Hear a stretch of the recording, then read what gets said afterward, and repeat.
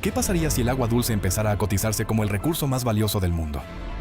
Al principio, parecería una noticia económica, un titular más en medio del ruido global.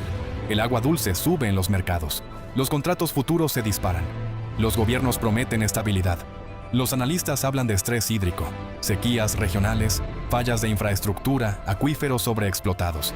Todo suena técnico, manejable, incluso aburrido. Pero detrás de ese lenguaje frío se estaría abriendo la grieta más peligrosa de la civilización moderna. Porque cuando el agua deja de ser un derecho asumido y empieza a comportarse como el recurso más valioso del planeta, la economía no solo cambia de prioridad, cambia de moral. El agua dulce ya es, en muchos sentidos, el recurso más importante del mundo. Sin ella no hay agricultura, no hay industria estable, no hay ciudades, no hay energía confiable, no hay salud pública.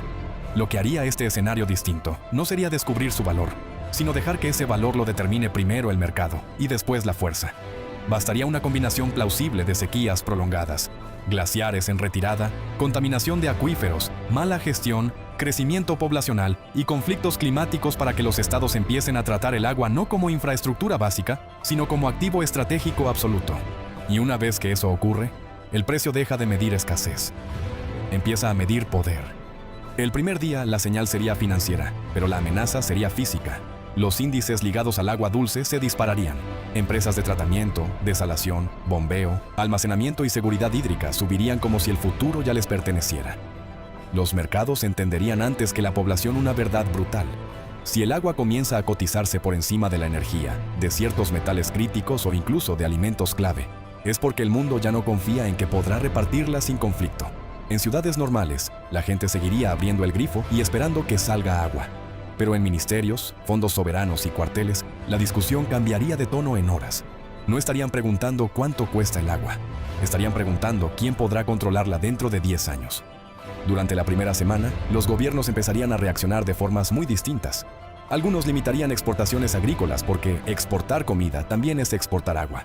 Otros nacionalizarían reservas, presas, ríos y plantas de tratamiento. Las grandes corporaciones con acceso a acuíferos y tecnología de purificación se volverían actores casi políticos. Regiones enteras entrarían en tensión por cuencas compartidas. Lo que antes era diplomacia técnica se endurecería. Tratados antiguos serían reabiertos. Ríos internacionales pasarían de ser recursos comunes a convertirse en líneas de presión militar.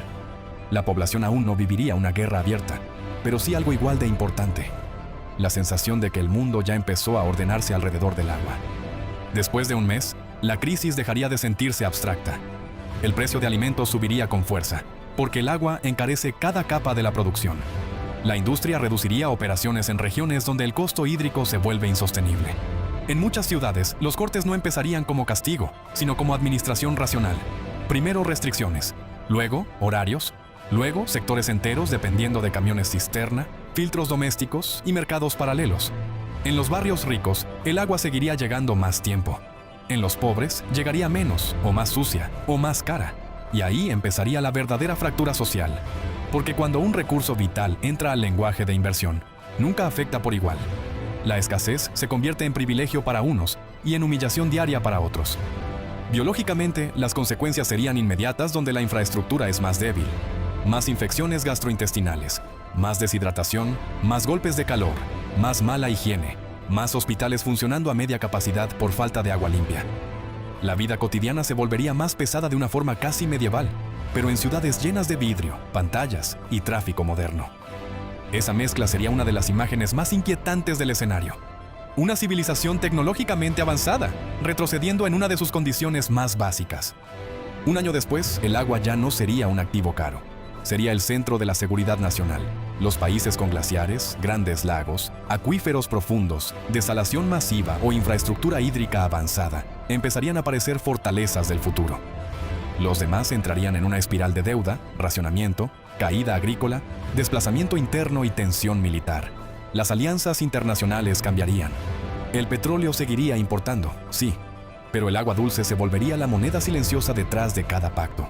Los estados fuertes protegerían embalses, ductos, presas, plantas y cuencas con la misma seriedad con la que antes protegían refinerías o arsenales.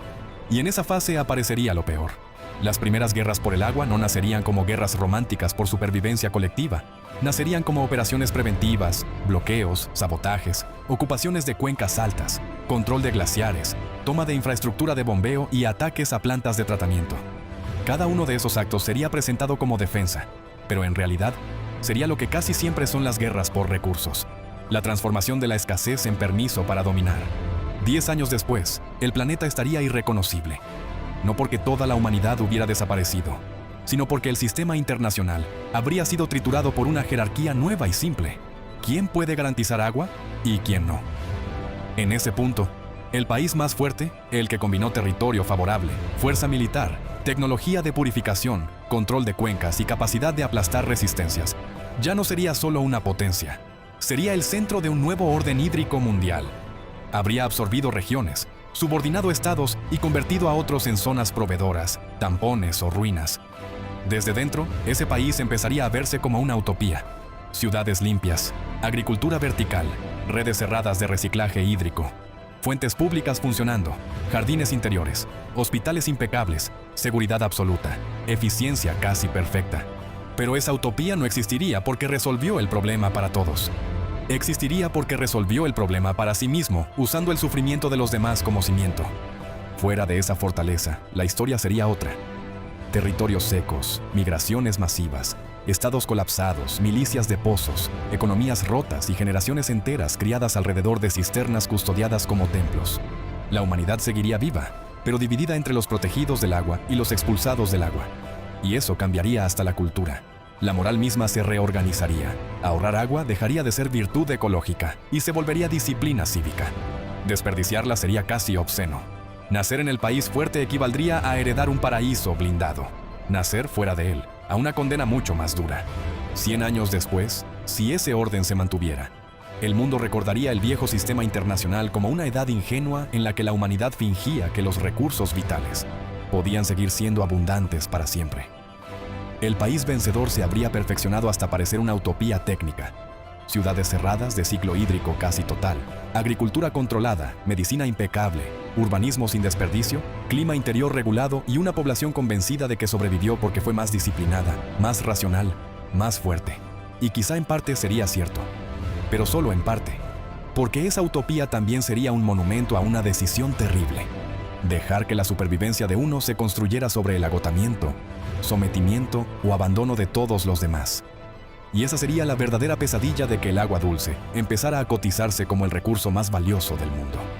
No solo que se encarecería la vida, no solo que habría guerras, sino que la especie humana descubriría que, cuando el recurso más esencial entra por completo en la lógica del poder, la civilización ya no se pregunta cómo compartir, se pregunta a quién sacrificar. Y entonces la mayor utopía posible no sería una victoria moral de la humanidad, sería apenas la isla limpia, brillante y eficiente que logró sobrevivir, después de dejar que el resto del mundo se secara.